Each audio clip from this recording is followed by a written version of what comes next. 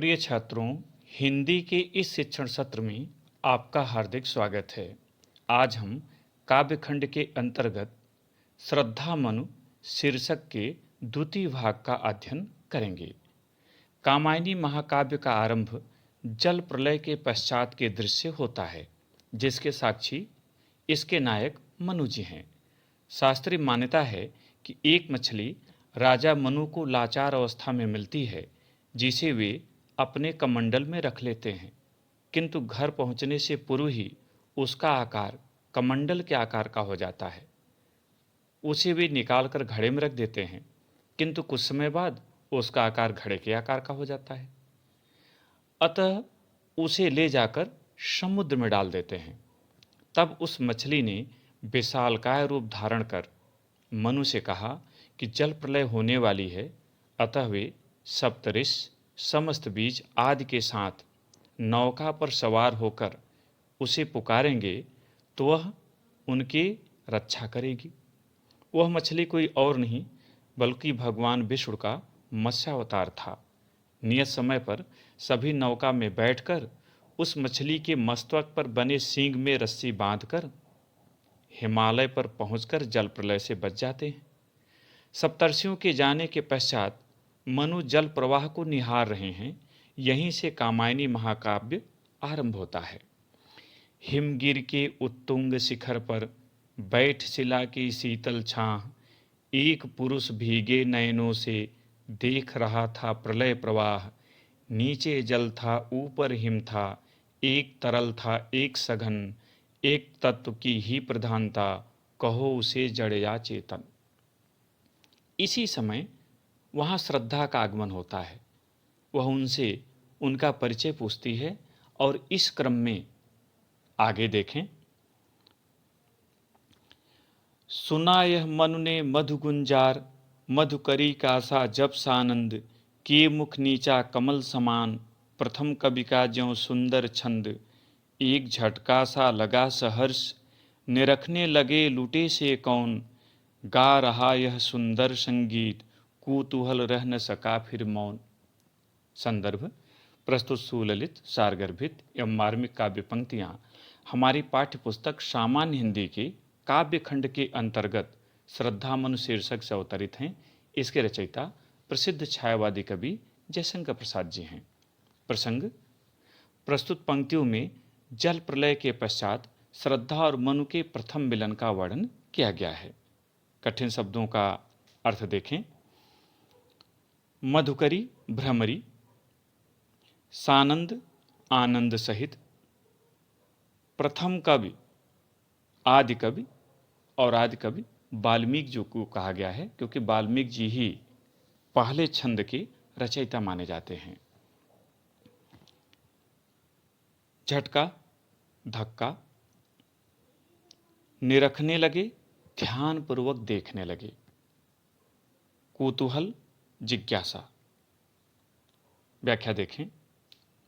जब श्रद्धा ने मनु से उनका परिचय पूछा तो उसकी आवाज़ सुनकर मनु को क्या प्रतीत हुआ वो यहाँ देखें। सुना यह मनु ने मधु गुंजार, मधुकरी का सा जब सानंद। मनु ने जब भ्रमरी के समान श्रद्धा के मधुर शब्दों को सुना तो वे आनंद से युक्त हो गए। किए मुख नीचा कमल समान, प्रथम कवि का ज्यों सुंदर छंद। श्रद्धा उस समय अपरिचित व्यक्ति के सामने होने के कारण अपने मुख को, कमलवत मुख को नीचे किए हुए थी और इस प्रकार धीरे धीरे ऊपर उठाने लगी जैसे आदि कवि वाल्मीकि का प्रथम छंद आकार ले रहा हो। अर्थात आदि कवि के छंद का जैसे आकार बन रहा हो उसी प्रकार धीरे धीरे वह अपने मुखमंडल को उठाने लगी। एक झटका सा लगा सहर्ष, निरखने लगे लुटे से कौन। कवि कहता है कि श्रद्धा के सौंदर्य को देखकर मनु को खुशी का एक झटका लगा। वे इस प्रकार उसे ध्यानपूर्वक देखने लगे मानो किसी व्यक्ति का सब कुछ लुट गया हो और उसे अमूल्य निधि प्राप्त हो गई हो। गा रहा है यह सुंदर संगीत, कुतूहल रह न सका फिर मन। इस निर्जन स्थान में कौन इतने मीठे शब्दों में कह रहा है, कौन सुंदर संगीत गा रहा है, यह जानने से वे अपने मन को रोक नहीं सके और उसके विषय में सब कुछ जान लेने की जिज्ञासा उनके भीतर उत्पन्न हो गई। मनु को श्रद्धा के शब्द संगीत की तरह प्रतीत हुए और उन्हें सब कुछ जान लेने की इच्छा उत्पन्न हो गई। यहाँ पर काव्य सौंदर्य देखें। रस संयोग श्रृंगार, छंद श्रृंगार छंद, अलंकार अनुप्रास उत्प्रेक्षा उपमा आदि, भाषा संस्कृत निष्ठ खड़ी बोली, शैली प्रबंध शैली, गुण माधुर्य, शब्द शक्ति अभिधा और लक्षणा। पद्यांश पर आधारित प्रश्न देखें। पहला प्रश्न, प्रस्तुत पद्यांश का शीर्षक तथा कवि का नाम लिखिए। उत्तर, प्रस्तुत पद्यांश का शीर्षक श्रद्धामनु तथा कवि का नाम जयशंकर प्रसाद है। दूसरा प्रश्न, रेखांकित अंश की व्याख्या कीजिए। रेखांकित अंश है, एक झटका सा लगा सहर्ष निरखने लगे लुटे से कौन, गा रहा यह सुंदर संगीत, कुतूहल रह न सका फिर मौन। उत्तर, अचानक श्रद्धा को सामने देखकर मनु को खुशी का एक झटका सा महसूस हुआ। वे उसके अनुपम सौंदर्य को देखकर आश्चर्यचकित हो गए।